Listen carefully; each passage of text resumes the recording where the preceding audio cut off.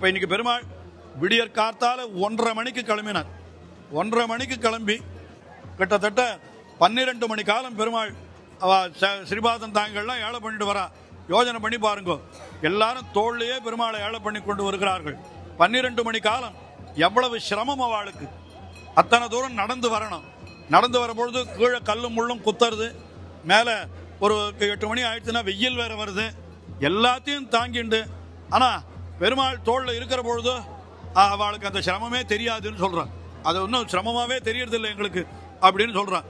அதனால தான் அந்த பெருமாள் எழுந்தருளுகிற அந்த வாகனத்துக்கு கூட நமக்கு தமிழில் என்ன பேர் வச்சிருக்கா தெரியுமா? இது பல்லக்கு. இது இப்போ சாதாரணமாக உள்ளூரில் புறப்பாடு நடந்ததுன்னா அது ஒரு சாதாரணமான ஒரு பிரபை வைத்து ஒரு சின்னதாக ஒரு வாகனம் போல இருக்கும்.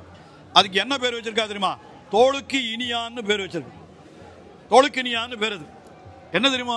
தோளுக்கு ரொம்ப ஆனந்தமாக இருக்கும் அதை தோளில் தூக்கினா. என்ன பெருமாள் இருக்கார் அந்த இடத்துல. பெருமாள் எழுந்தருள் இருக்கிற பொழுது அந்த வாகனத்தை கூட நம்ம தோளில் சுமந்தோமானால் நம்முடைய தோளுக்கு மிக இனிமையாக இருக்கும்னு சொல்கிறோம்.